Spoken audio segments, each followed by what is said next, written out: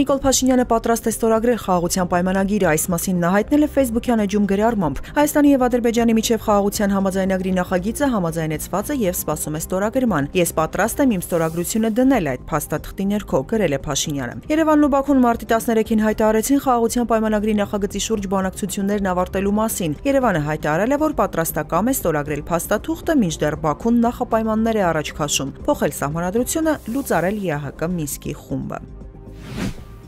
Չնայած խաղաղության պայմանագրի տեքստի շուրջ բանակցությունների ավարտին անհրաժեշտ է փոխել Հայաստանի սահմանադրությունը Ադրբեջանի նկատմամբ տարածքային պահանջները վերացնելու համար, որպեսզի խաղաղության պայմանագիրը ստորագրվի։ Մեծ Բրիտանիայի արտգործնախարար Դեյվիդ Լամիի հետ հեռախոսազրույցում այս մասին հայտարարել է Ադրբեջանի արտգործնախարար Ջեյհուն Բայրամովը։ Նա նաև ընդգծել է ԵԱՀԿ Մինսկի խմբի եւ այլ հարակից կառույցների լուծարման անհրաժեշտության մասին, որոնք Բաքուն հնացած եւ անգործունակ է համարում։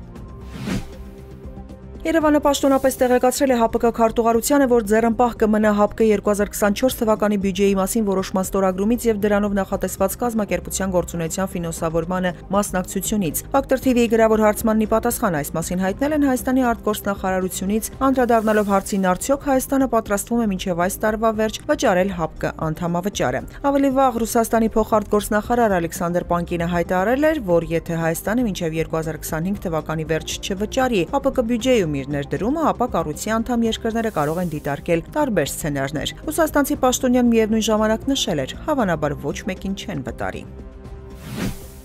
Պետեկամուտների կոմիտեի նախագահ Էդուարդ Հակոբյանը տեղյակ չէ, որ հայ լրագրողներին թույլ չեն տվել գնալ հայ-թուրքական սահմանի մարգարայի անցակետ եւ նկարահանումներ իրականացնել, մինչդեռ օրեր առաջ Հայաստանի հրավերով այնտեղ թուրք լրագրողներ են այցելել։ Պետնախագահը վստահեցնում է, նրանց կոմիտեն չի տարել։ Առանձին հարց է։ Հակոբյանը միաժամանակ ասել է, որ լրագրողների մարգարայի անցակետ այցը պետք է քննարկել կառավարությունում։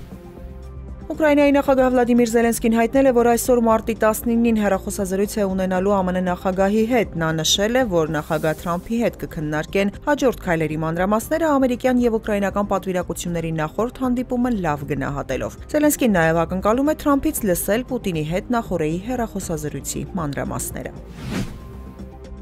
Եվրամիությունը մտադիր չէ դադարեցնել զենքի մատակարարումներն Ուկրաինային, ինչը Ռուսաստանի համար հրադադարի պայման է, Reuters-ի հետ զրույցում այս մասին հայտարարել է Եվրամիության դիվանագիտական ծառայության ղեկավար Կայա Կալլասը։ Նա հավելել է, շարունակում են աշխատել օգնության ծրագրի վրա, Ուկրաինան պետք է ունակ լինի պաշտպանել իրեն։ Խոսքը Կիևին 40 միլիարդ եվրոյի օգնության տրամադրման ծրագրի շուրջ ստեղծված իրավիճակի մասին է։